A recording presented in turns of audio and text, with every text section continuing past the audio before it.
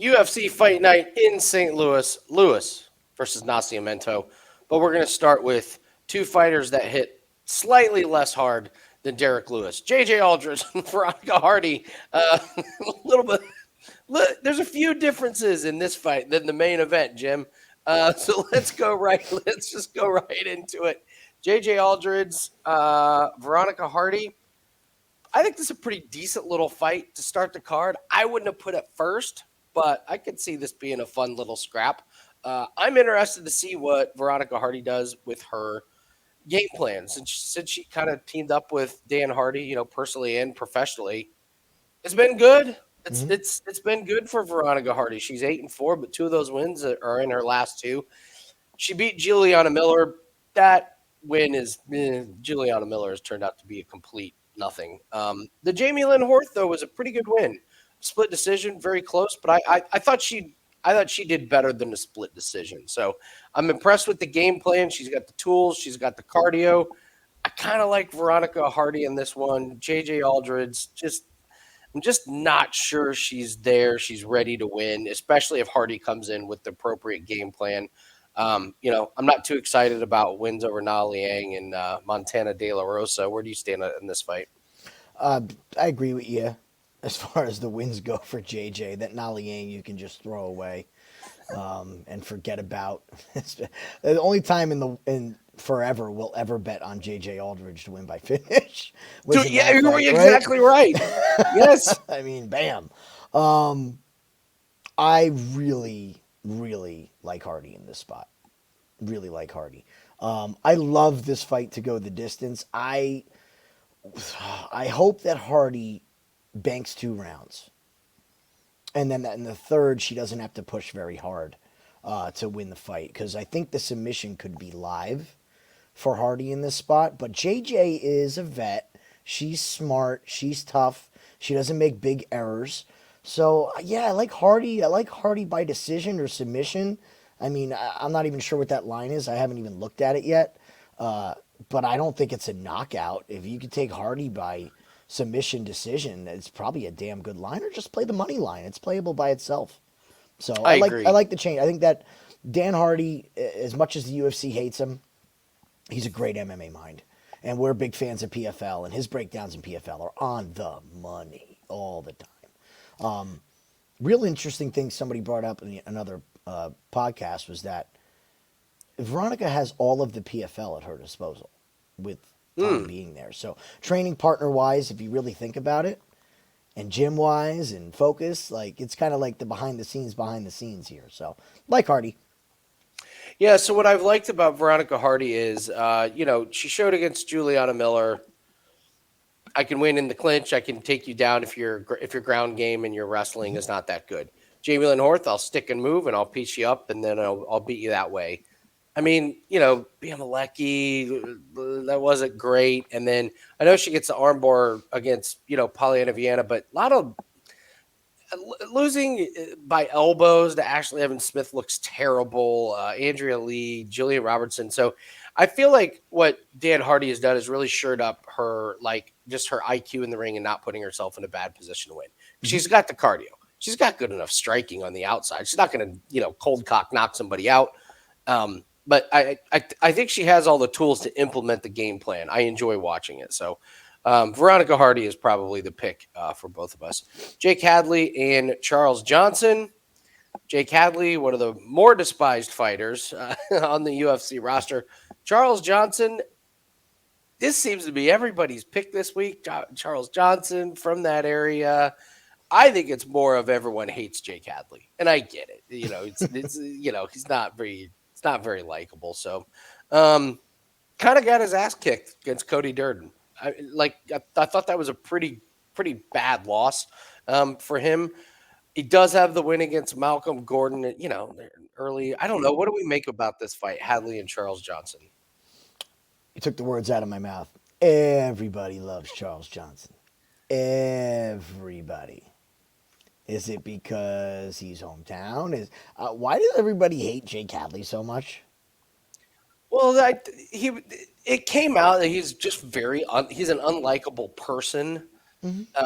And when those stories come out in the UFC world, fans are quick to turn on. It's amazing what UFC fans love and what UFC fans hate. Like if I were to tell you there's a guy that's failed multiple drug tests and was involved in a hit and run with drugs in the car and Who might pregnant you be woman, talking you would about? say, oh, they must hate this guy. No, worship him.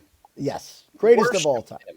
But Jake Hadley, he just comes across as unlikable, and so people are like, I'm putting my foot down on this Yep. one. We don't like this guy. Well, the good thing is that my bankroll doesn't take personalities into equation there. It doesn't need to. So, look, everybody's on Charles Johnson. Why? Why in the world would everybody be on Charles Johnson? Because he finally got a win in the UFC. Finally won. That's worth it against an unproven, second fight for Azat Maxim in the UFC? And that was a close fight, guys. Like, it says unanimous decision, but look, Johnson was milliseconds away from getting choked out in round one. And that's the problem that I have with this fight, is that Jake Hadley has a wicked squeeze on him. A wicked squeeze. If he locks up the same chokes that Charles Johnson's been able to get out of, I don't think he's getting out of them. Hadley's taken a lot of time off. At his age, we should see improvements. I think Charles Johnson's his finished product. Like, is there anything that we're going to see different from Charles Johnson? We're going to see cardio. We're going to see some volume. We're going to see absolutely atrocious takedown defense. And then he'll get up and get taken down again. And then again. Yep. And then he'll push forward with 15 seconds left in the third round when he's down 3 rounds to nothing. So, look, if I'm playing this anyway, this line has been moving. I think is Johnson a favorite yet? I know Johnson's it was getting plus close. 110. He's not quite the favorite. I could So easily money- see him being yeah. the favorite by the time this fight starts. Yeah, money came back in on Hadley then because he was plus 110 or minus 110? No, he's plus 110. He was minus 110 this morning.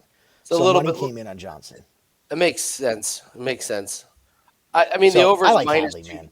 Yeah, the over's minus 260. They're trying to tell you it's going to go the distance here. Yeah, I like Hadley too. The takedown, the lack of takedown defense from Johnson is just too much for me to be ignored. I know he's probably got the better stand-up game, but I'm with you. Hadley, I think when Hadley gets him on the ground, he's able to hold him there enough and control him on the ground a little bit more. I've never been a Charles Johnson believer. I just don't like it when you're like, well, what's that guy do great? And he's like, well, after he gets taken down and wrapped up, he defends the hands pretty good. It's like, well, that's not it's like, oh, he's tough. I'm like, okay, great. He can he can survive the ass whooping. It doesn't mean he puts out a lot of volume. I like Hadley. Yeah, I like Hadley. Yeah, I'm with you. From a technical standpoint, Hadley is one of the few fighters that does a cross guard, and it baffles opponents. It's very confusing. It's not normal. The other thing that Hadley does, the reason why I like him, is he goes to the body. So that's something that we haven't seen Johnson be susceptible to. But, Mr. Cardio, Charles Johnson, that body work, I don't care who you are, that adds up. That adds up a lot. And to your point, I think Hadley can hold him down. I don't think that he'll take him down and instantly try to latch up a submission. He's going to get his position first and then go from there. So, yeah, Hadley for me. Like it. Trey Waters, Billy Goff. I'll let you go first on this one.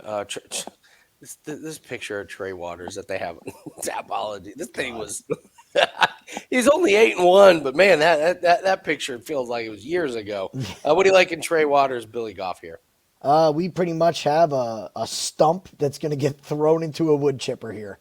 And that's going to Billy Goff is going to march forward. We already know this. And he is going to try to knock Trey Waters out. Trey Waters has a huge size advantage. Billy is going to be extremely susceptible to straight shots down the middle in this fight, which is ironic considering that his last win was a straight shot down the middle against Kinoshita, which was very odd going back and watching that fight. It was just a perfect on-the-money solar plexus shot, and they're so hard to recover from that. So hard. And he swarmed on him. Credit to him, but I think he's outgunned in this fight. I like this fight not to go the distance. I think Billy Goff is going to cause a firefight, and it's going to be, I'm either going to get you or you're going to get me. and boom, somebody's going to hit the deck. I could see round 2. I could see this actually lasting a round, but at some point the damage is going to add up on one of these guys, and I think somebody's taking a nap. Fight ends by KO could be interesting. I don't see a submission either way. Yeah. You know? I mean, look at Billy Goff. Round 1, knockout. Round 1, knockout. Round 2, elbows. Round 1. There's one decision in there. I mean, yeah, he comes forward, and I think this is the one where his cardio. I mean, he was getting tired against Kinoshita. You go back and watch it. He was slowing down and not slowly slowing down. Like Kinoshita was getting ready to whoop him come round 2 if it made it there. So credit to him. I'm with you. It's a bad matchup for Goff, in my opinion. Waters is going to be able to keep him at bay for enough, and Goff is just going to probably get too excited to tire himself out. And when you look at somebody like Goff, you look at his record, and he's like, well, it's worked so far. Why change? You probably need a loss to say, well, we can't do that. We know we got power, but we need to have power in all 3 rounds. So I'm with you. Trey Waters is the play. I like the unders. Under sure. 2.5 is minus 190. I think that's playable. Yeah, I don't mind that. I agree. Goff is going to catch him early, or if not, that cardio could fall off an absolute cliff if it gets to round 2. So Waters is the play. We like the under. Do with that as you will. Tabatha Ricci and Tecia Torres. I believe she's going by Tecia. Pennington. It's Fade the Baby theory. Here we go, kids. And this checks all the boxes for Fade the Baby theory. So Tecia Torres, we'll start with the huge layoff. So huge layoff, hasn't fought in 2 years, has the baby. She carries the baby. Big difference. So we have a big layoff. Checks box number 1. Because of carrying the baby. That's number 2. 3, we get do we get a beautiful interview? Oh, the interview. Well, really couldn't get my flexibility and my mobility and the cardio. That was tough. There were times when I was in the gym and I really didn't want to be there. Luckily, I'm. Raquel, she knows how it is, so we've been sleeping in different rooms so I can try and get sleep. So we have the dynamite interview, and then we get her carrying the baby up the steps to the ceremonial way. So you just got all of the Fade the Baby theory material, and then just throw in that it's not even minus 150. Ricci's only minus 142 at this point. If we're just talking about the fighting style, I liked Ricci even without this. The Fade the Baby theory. I mean, the last time we saw Tecia Torres, she lost a striking match to Mackenzie Dern. But that doesn't look good. So you got to go back almost 3 years before you can find her last win. Angela Hill, Sam Hughes was an eye injury. Brianna, this was a name I don't even remember that fight. I do not remember this. I don't remember the bowl. What's she done? Yeah. Oh, she's done nothing since the last time she done. I seriously, truly do not remember her. So you get an eye injury, you get a decision win against Angela Hill, you lose to Mackenzie Dern, and then, I mean, look at who she's fighting way back when. Andrade, Joanna Wiley, Zhang, Marina Rodriguez. So I can't get excited about Tecia Torres. And then you get Ricci, who I believe is going to have the better cardio. I believe she's going to have the better volume. I liked that without the Fade the Baby theory. I went back and watched. I'm not totally convinced she lost to Loopy. This is one of those Loopy weird split decisions that Loopy seems to always be involved in, these weird, decision fights. So I think Ricci gets back on the winning track. I mean, look at who she's lost to. A close split decision to Godinez, the decision queen, and Fierro. I mean, not exactly some bad losses. I thought Ricci looked great at face-offs, and I know what everyone's thinking. Well, I know why you think she looked great. Yes, she did look great. I don't know what you want to add, but if this isn't an ultimate Fade the Baby theory, we're taking Tabatha Ricci. I don't know what is. It's checking all the boxes. We were talking beforehand. What worries me about this is I could see Tabatha Ricci winning this fight and then losing this fight. So she will win all 3 rounds, and somehow we'll hear Judge 1 scores it. And, oh, no, Rip right up then your and there. tickets right there. As soon as you hear split decision. Judge 1 scores it, 29-28. And then we know it's going to be Tecia Torres, and we're going to get the Mother's Day weekend interview, and UFC gets all their publicity, and they can Don't bring the do this to baby me, in the Jim. ring. And Don't do this to me. my hair on the back of my neck is tingling with this fight. It's been all week, and I haven't been able to get there. I do like this fight to go the distance, but it's, what do you do with it? You got to put it with two other things to get a playable price. I mean, it's a parlay piece, the over 2.5. The fight goes the distance is a parlay piece. I don't see either of these women finishing. The one thing with Tecia, and I'll make the argument for the other side. I'll take my suspicions out of it. For these 11 months since she had the baby, she has not been improving. She's been trying to not even maintain. She's been trying to get back to where she was. And fade the baby theory is different when it's the female fighter that is carrying the baby. Yes. The stuff that your body goes through. I'm going through it right now. You're My wife's watching doing it, a hell of a yeah. job. But it is wacky, guys. It's absolutely wacky. I give new kudos to all women out there that carry children because it's insane what your body goes through. And I can't imagine being a professional athlete and trying to get back to what you were. So again, we talked about this last week. What is her new 100%? It's not the 100% of old. Is it 80? Is it 70? So a 70% Tecia Torres against a current fighter, yeah, you take Tabatha Ricci. No bet for me just yet. That's where I'm at with this fight. I'm going to sleep on it and see what I get tomorrow. As the pioneer of the fade the baby theory, if I don't bet this, I'm just letting everyone down that has ever followed the fade the baby. You don't get more check the boxes than See, this. now I you're just mean, making me feel bad. every single thing says you're betting against this person. So it's Tabatha Ricci. I've not put it into Wager Talk, but I am this evening. That will be an official play. I will absolutely put that in. It just has to be. I like it. It has to be. So Tabatha Ricci is a play. Guys, please hit the like button. Leave us a comment. I say this every week. Let us know if you agree or disagree. And if you really, really want that smoke, just let us know. If you're really, really talking some mad trash about us. If you're just joking and having fun, being a little trollish, let us know if you're being sarcastic as well. That way we know the proper tone in which to respond to your comment. But all comments are welcome. But please hit the like button and do leave us a comment. It really helps the algorithm out. Helps Wager Talk and the YouTube channel know that we're doing a good job and you guys are enjoying everything.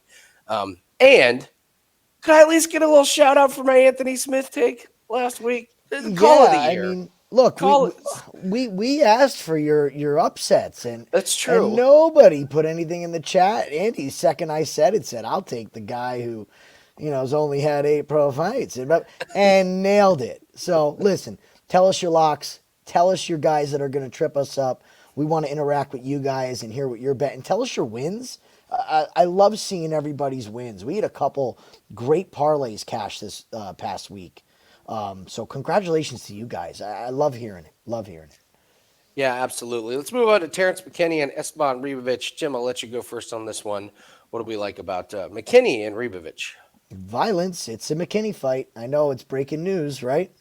We got dreadless McKinney, which is interesting. Do we have a more serious Terrance McKinney? Here's the problem, though. As serious as he is, I don't think the cardio is any better.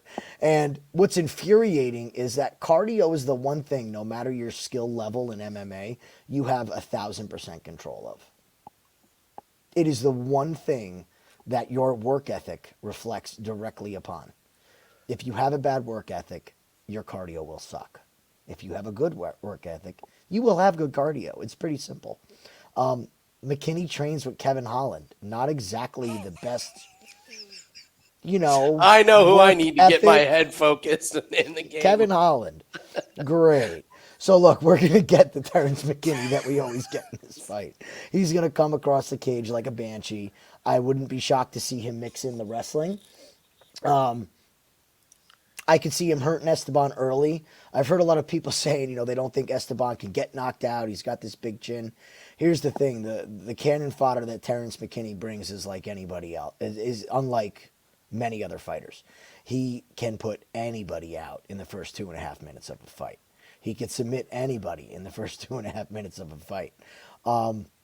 I see with this fight there being a panic takedown when Terrance gets tired and he's going to get submitted. Oh, wow. Okay. Yes, I will call the submission. I have not bet it yet because we don't bet TKO and we don't bet submission. We bet by finish. But I could see Ribovics most certainly locking up a submission late in this first round when McKinney's kind of already, throwing everything he can at him and says, all right, I'm done. One thing about McKinney, you have to say, he's smart enough to know when he's done. He doesn't take punishment. He's like, I'm done. Great take.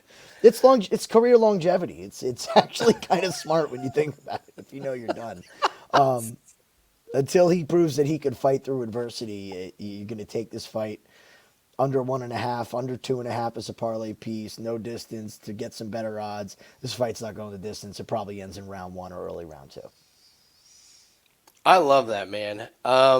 Yeah. So here's what I hope kind of happens. I mean, you know who McKinney is? He's like the Tyler Lockett. Like Tyler Lockett, how he never takes a hit, how he gets the ball and just goes down, and he's like, "Hey, listen, I need more years of my career." That's McKinney. He knows when he's done. Here's what I hope happens. I hope Ribovics wins in some amazing, like you said, some awesome submission, or he knocks out McKinney, or it's this this amazing finish. Why? Because I don't think Ribovics is very good, and I would love to fade him in his next fight. Nothing special. Nothing special about this guy. 12-1, and it's he's fought bums. Absolute bums. Yeah. This Camuela Kirk was terrible. He was awful. Yeah. That fight was a snooze fest, and I was just like, man, Ribovics, what does Anthony Smith said? There's levels of this game. Well, Ribovics doesn't have very many of those elite levels in his game. I haven't seen anything impressive. So I hope he wins. I hope it's amazing. I hope it's highlight reel material because they'll give him a bump up in class, and I will be the first one there saying, "Take my money." So I'm with you. Unders are kind of the only way to go. It's McKinney. That's how you bet Terrance McKinney fights. It's the only way to do it. So Chase Hooper and Borshchev. Oh, I thought we had a baby theory again on Chase Hooper, but his wife is due in a few weeks. So Chase Hooper has said, I need to fight. I now have a baby. I need to fight. I need these checks. File that in the back of your mind if this fight is over quick and he comes back really, really quick, like in 6 weeks to do another fight. Charles Johnson is the king of this, taking fights way too quick and losing them just because he takes the paycheck. So, but aside from that, break this one down, Jim. What do you think? Chase Hooper and Borshchev. Well, I hope Chase's wife has her baby before they go to prom because Chase still looks like he's 15. He's still a baby. Why is all this talk about him growing into his man body? There's no man body. Come on, look at that. Look at that man body. Weigh-ins. Now, I don't want to get up and take my shirt off and show you my old man body, but he's better than me. But look, this is my favorite fight. Doesn't go the distance. Oh, wow. Okay. It's minus 300. That is so playable with something else. Slava is either going to brutalize him to the body and put him down, or he is going to get on top of Slava early. And here's the thing with Slava. Everyone says his get-up game is better. His wrestling is getting better. It's getting better. It's getting better. What does Slava do when he's getting up? He gives up his back. And you cannot do that against a lanky Chase Hooper. That you can't do. All the crap I say on Chase Hooper, he is a phenomenal grappler. All right? His body triangle is going to be there. If he gets the body triangle on Slava's not going anywhere. There's no get. That's a great point. Those lanky legs, it's going to be so easy to lock it up. So the second Slava gives up his back, I think Chase is going to take it. I can't bet on Chase Hooper. Friends don't let friends bet on Chase Hooper. And I'm not going to bet on Slava with his takedown defense. So give me the unders in this fight. If I had to lean aside, I would actually lean Slava. Just because I don't think Chase's wrestling is on par with Slava's previous opponents. I mean, Mike Davis has proven to be a good wrestler. Chase Hooper's not a wrestler. He's a jiu-jitsu guy. Very different. even Mark Casey took him down and wrestled, was able to get good, solid takedowns. The takedowns are so much better than what Chase Hooper's done. Chase Hooper kind of needs it to just end up on the ground. Yeah. Like, he's not the guy to, like, force it. Like, wrestle him to the ground. Like, no, you're not. The You leg kinda need kicks to of pull Slava guard. could be a major problem. Like, Okay. I could see it being where Slava's leg kicking the hell out of him and Chase is hitting that butt scoot. Oh. Trying to scoot forward, and then the under gets a little worrisome there. But I think there's enough damage to be done on both sides to end this fight. Waldo, Cortes-Acosta, and Despaigne. You had a hot take. I do. I'm gonna look like a genius or an idiot in this fight. I think Waldo Cortes-Acosta knocks this guy out. Yes. Here's my reasoning why. We have a Taekwondo fighter. What is the one thing that Taekwondo practitioners are not good at? Two things. Social media. name an awesome Taekwondo. True, we don't It's hear got a an lot about a lot of them. Instagram account. They are amazing kickers. Their hand striking is atrocious. Absolutely atrocious. And defensively, they are the biggest liabilities out of any style of fighting. Okay? Any stand-up fighters, Taekwondo, your hands are at your waist. I went back and watched a couple of Despaigne's fights. God, does he not swing crisp. It's these big looping, granted, he's got a giant reach. It worked for him so far. But he's going up against a guy who's had 3-4 fights in the UFC. All right, and who'd they hand him his first fight? The walking punching bag that ran forward and punched him. Give me a break, man. I mean, this guy has fraud written all over him. And I could just see there being a lazy moment where he throws a kick or he throws a punch. And one thing about Acosta, he has literally a fastball with his right and left hand. Right down the middle. He throws an overhand right and connects. This guy is going down, and he's going down hard. This fight's not going the distance. There's no way. And I'm calling my shot here on Acosta.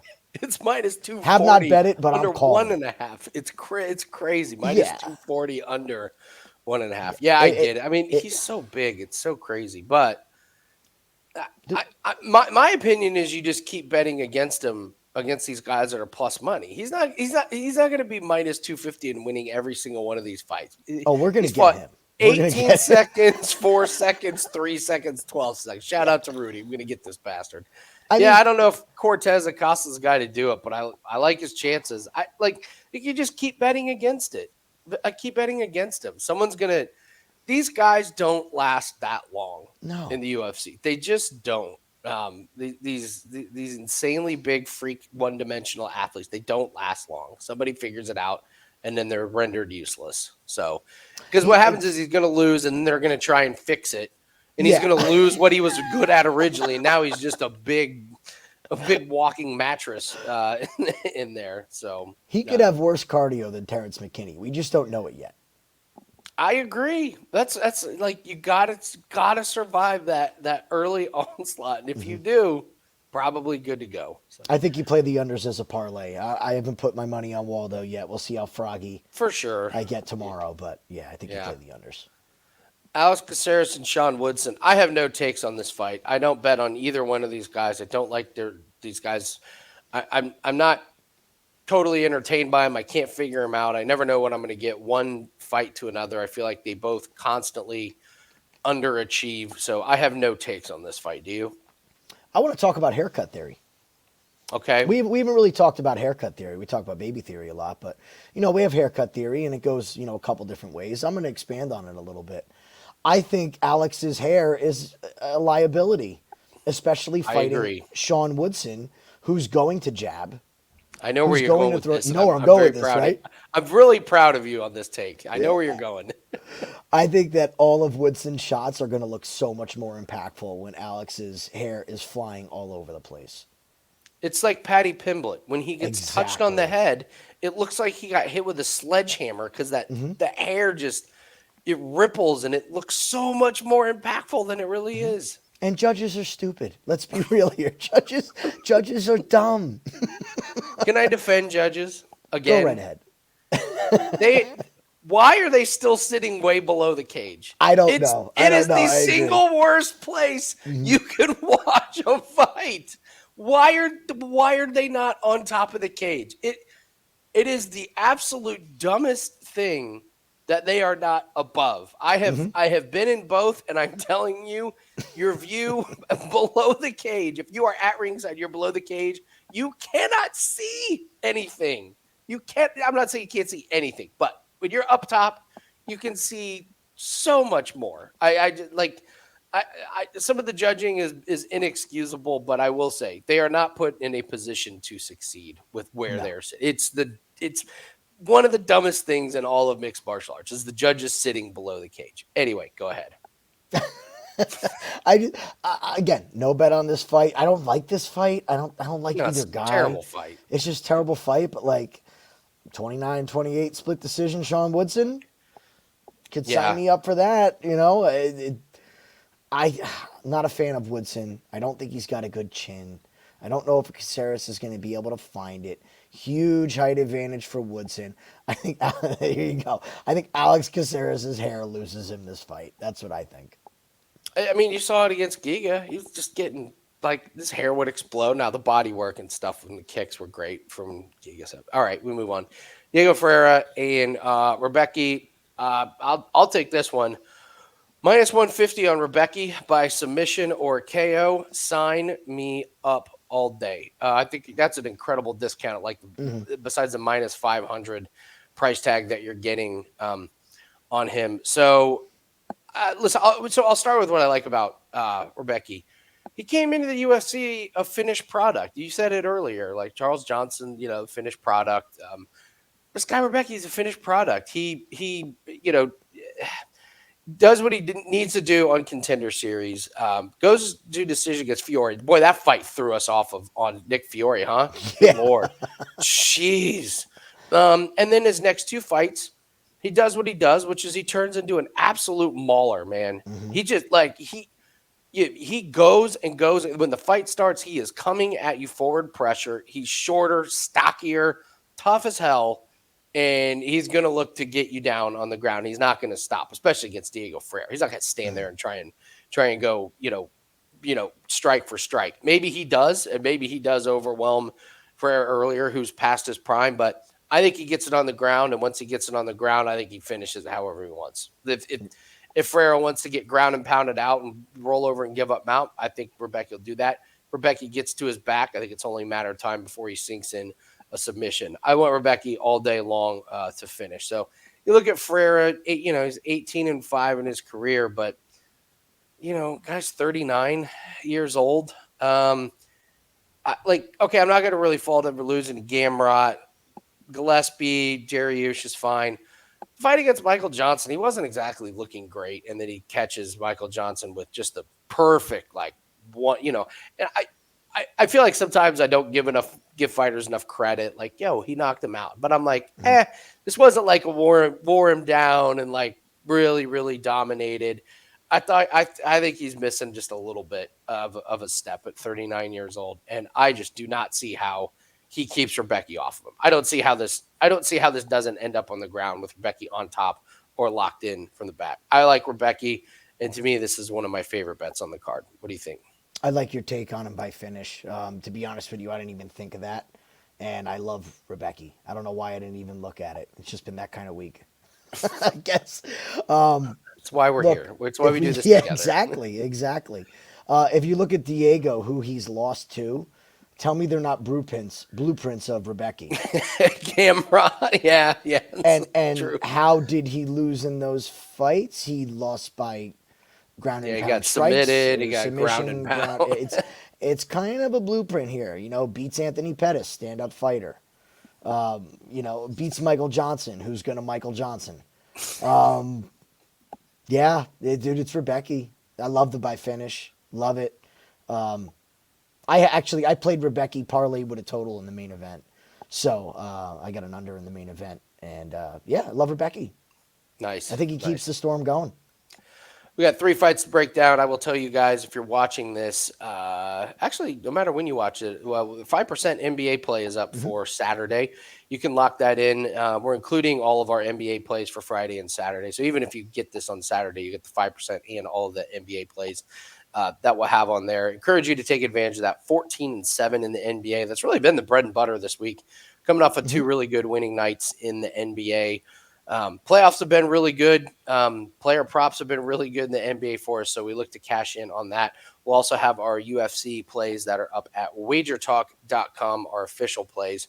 Rebecki by finish and the Tecia and the fade the baby theory will most likely be two of them. So Alonzo Menifield and Carlos Olberg. I'll go first on this one. I'll let you go first on the next two because I've had a great read on Carlos. I want you to go first on this one. Yeah, I've had a great read on Carlos Olberg, just like I've had a great read on Kyle Barallo and Vitor Petrino. Those are my three guys. I've predicted damn near every single one of their fights.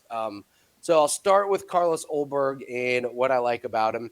I liked him in his loss against Kennedy because you could just see what happened. He came out way too fast. I mean, it was really, really bad. And he got tired and he got finished.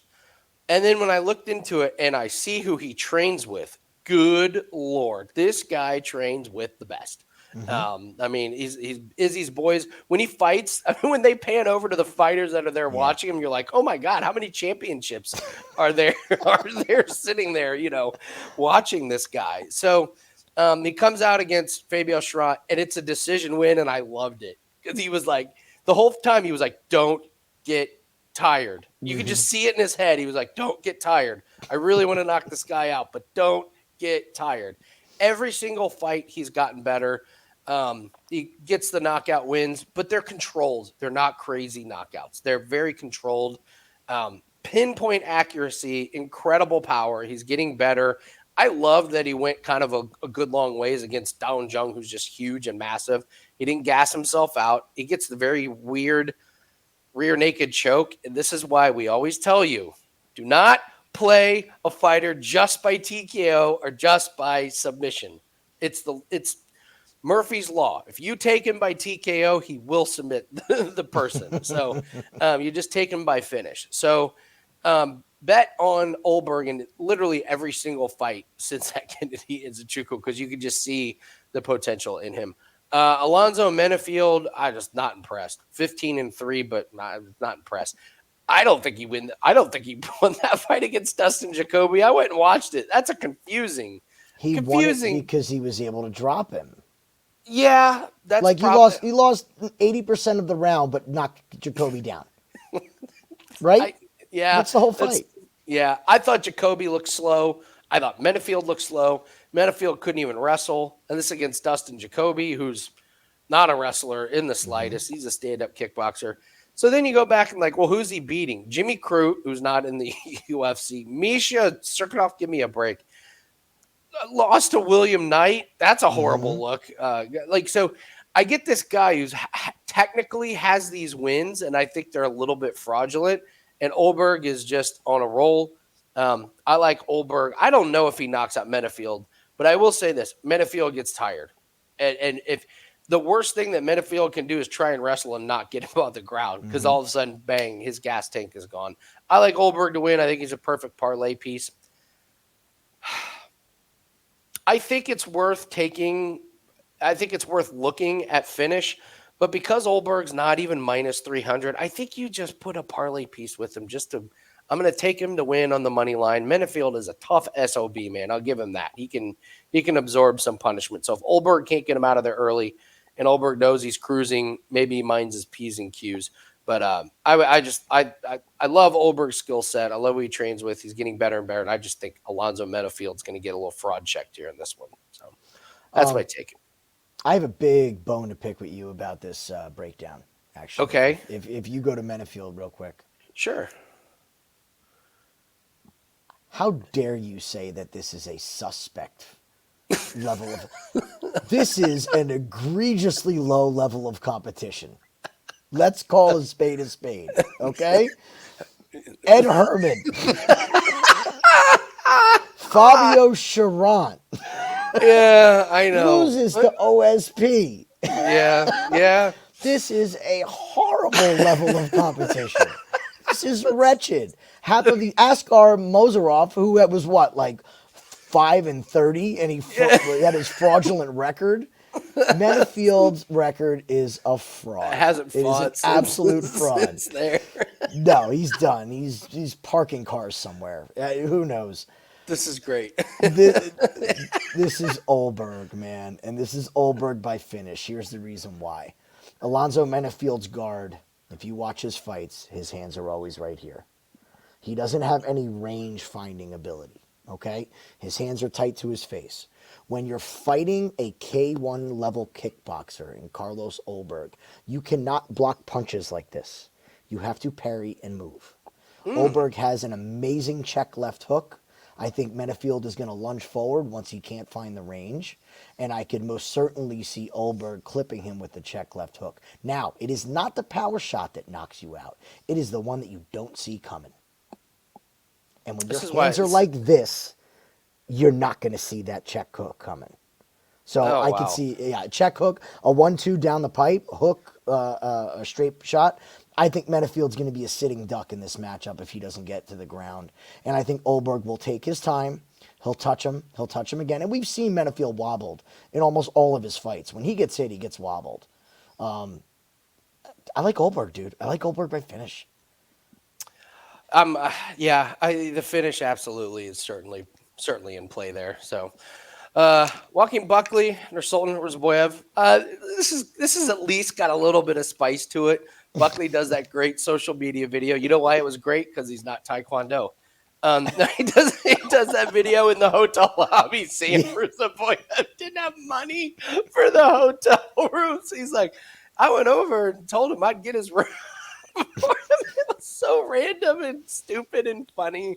And then Buckley walks out to face off with a bunch of money. I don't know why it made me laugh, but kudos to Buckley for putting a little spice behind this one. And by the way, Ruziboev didn't find it too cute. No. He was not laughing with him. He did not seem very, very, very amused and going along with the joke. So, all right, Jim, floor is yours. Buckley, Ruziboev. Interesting fight here. I think it's a car crash. I cannot wait to fade Ruziboev. I am salivating at the chance to fade this man. Look, if you guys are watching, you know the drill with this. It's weight class he has all his losses in, and blah blah blah blah blah. He's talking about Ruziboev or Buckley? Yeah, Ruziboev, round one or bust. You know the breakdown. Okay. I don't know if Buckley's the guy. I've wanted to bet Buckley all week. I believe me and you even talked about this last week. Like, Buckley all day. I hate betting these guys right after they get a big finish. Because what does finishes lead to? They lead to more finishes and fighters going for finishes. Once you get a taste of that knockout bonus, that win bonus, that finish bonus, you kind of search for it a little bit more. And I think that could get Buckley in trouble here. I do think either way somebody takes a nap in this fight. It's either going to be Ruziboev in round one and Buckley does something stupid, or we're going to see Ruziboev, if he gets out of round two, he's not that great a fighter. He changes. I did not like him in that Dumas fight, not one bit. I did not like what I saw. He has kind of 2 or 3 go-to techniques, and I really question if he has anything after that. So, could Buckley expose that? 1,000%. Huge size difference for Ruziboev. Oh, my gosh. And that is trouble for Buckley. Buckley does not do well when he has a size disadvantage. Don't forget, Buckley moved down a weight class because of the size disadvantage.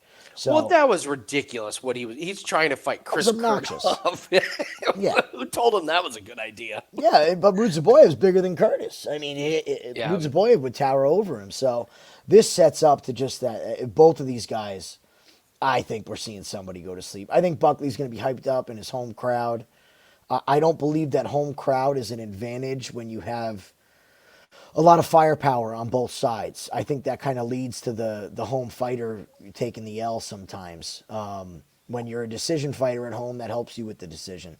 When you're not a decision fighter, and I don't know, man. I think it's an under. I can see fight doesn't start round 3 under 2.5. Being a good play. In an age of hot takes, let me just lob one out there for everybody here. Okay, so let's cut to Sunday morning. Ruziboev is the winner over Joaquin Buckley. Here's the narrative. Here's potentially what everyone could say.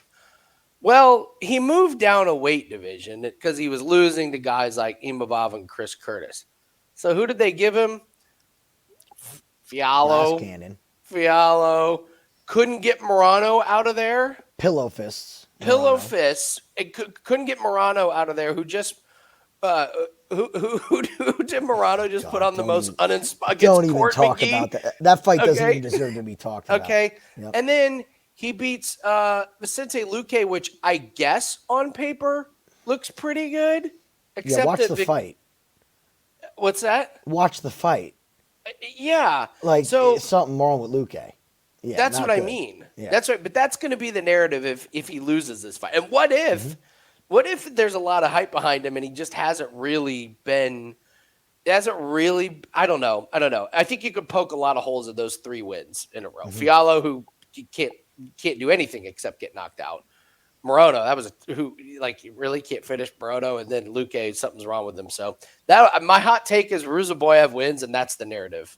Yeah, everyone that's on Buckley now? Everyone just is like, I'm completely off. I'm not predicting the Ruziboev win, but if I do have a hot take, that's like what the hot take is. I'll take the same angle as you. I hope Ruziboev absolutely flattens him in the first round, and I can't wait for them to give him a step up. Oh, give this man a step up. Oh, yeah. Because, that's a good one. At one point, we're going to get him, and we're going to make a lot of money fading this guy. I like it. All right. So, main event time. It's Derrick Lewis and Rodrigo Nascimento. Go ahead. What do you like about Lewis and Nascimento?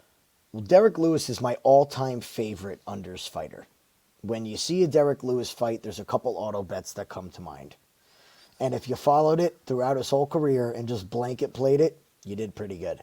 You take the unders and you take Lewis by knockout. That's pretty much how you play it, no matter who he's fighting. Look, when Lewis gets a step up against the cream of the crop, he flounders. Rodrigo Nascimento is the bottom of the barrel. He's not the cream of the crop at all. We were just talking before we came on here, and I have big red flags when a guy doesn't even take his shirt off for an entire weekend of media. Yeah. Like, what? It's weird. It's just like, not that I need to see it, but like, come on. It's weird. It's strange. I think this totally sets up as Derrick Lewis getting another knockout win. I've seen people talking about, well, what happens in the third? What happens in the fourth? Why? Because he went the distance with Jailton Almeida? I mean, Jailton Almeida, in that fight, just chose to make that Derrick Lewis fight the most boring Derrick Lewis fight next to the Ngannou one. I would even venture to say the Ngannou one was better. Well, it didn't look like Almeida was. It was like cage time. Let's try and go the distance. Bingo, you nailed it. Exactly where I was going with it. Cage time. Just get my cage time and see what that did for you against Curtis Blades. Yeah, good for you. This is Lewis. This is Lewis by finish. I think he gets another stat on that knockout record. Nascimento's record, if you go to Nascimento. But he's 11-1, Jim. Oh, he's 11-1. He's got confident split decision wins. Let's over go Tanner down this roster, shall we? Dontel Mays, twice. Okay. His loss to Alan Badeau got overturned to a no contest because he popped for steroids. Who did he have to pay to have that happen? How does that become a no contest when you got busted? Gets knocked out by a Dawkins. This is the big one. Knocked out by a Dawkins. Either Dawkins. Derrick Lewis is going to knock his head into the third row if he connects, if he got knocked out by Dawkins. Tanner Boser decision. Oh, God. It just, this is a competition of bad records here between Nascimento and Menifield. They're pretty bad. I like the unders in this. I think they're all playable as parlay pieces. This whole fight card, I think you can be pretty safe if you can do 2-pick, 3-pick parlays. Don't get crazy with the 8-9 legs. But get everything to a playable number, and I think you got a lot of pieces on this card to make some cash. Well, let's recap and go over some of those potential parlay pieces. Again, guys, please hit the like button. Tell us your best bet in the comments section. Let us know if you agree or disagree. Just put something on there. It really, really helps us out while you're watching. Just take a minute. So over Hardy and Aldrich, that's a parlay piece, right? Yeah, it's Hardy or it's the overs, I believe. That's where Okay. we landed. Yep. Hadley and Johnson, not really a parlay piece. We just kind of like Hadley to We win, both but like Hadley, right? both like Both like Hadley. Hadley? Yeah. Trey Waters, I think, is a great parlay piece. Mm-hmm. Maybe the unders in this one you like as a parlay piece better? Definitely. Probably the unders is better. 2.5. Goff, 2.5. okay, under 2.5. Ricci and Torres, the over is a parlay piece. I like the Mm-hmm. baby theory, but the overs there. McKinney and Ribovics under. There's a parlay piece. Hooper and Borshchev under. There's a parlay piece. I mean, low hanging fruit to say Cortes-Acosta and Despaigne is under, but it is what it is. Caceres and Woodson pass. Rebecki, Rebecki to win is a parlay piece. I think you're fine with just taking him to win by finish. So, Menifield and Olberg, we like Olberg money line as a parlay piece. Do we have one for Buckley and Ruziboev unders? Is that your like? I don't think this goes a distance. I mean, the only worry I would have about this is that Buckley just tries to point fight this fight, but I don't know if Ruziboev is going to let him in the first round. Okay. And I think it's either he wins by finish in the first round or gets finished. Too much power in this ring, too much liability on either side. And then Lewis and Nascimento is man. so This could be a violent potential. night. There will be one that's going to slip us up and going to go the distance, but that's why I always tell everybody, do not put one play in all your parlays. Okay? Oh, yeah. Yeah, just make sure you break them up, and I think you come out of here profitable. What we mean by that is if you like the under in the Lewis fight, don't parlay that with 5 different things. Like there's no reason to do that. So, all right, guys, that's going to do it for us. Thanks so much. We will have bare knuckle fighting. We got an event tomorrow night, so I'll have a best bet up at wagertalk.com for that, as well as all of our UFC plays. And, of course, 5% NBA play goes off tomorrow, having a really great NBA playoffs, 14-7 on those in the playoffs. So good luck on all your plays. Leave us a comment, and we'll see everyone next time. Good luck, guys.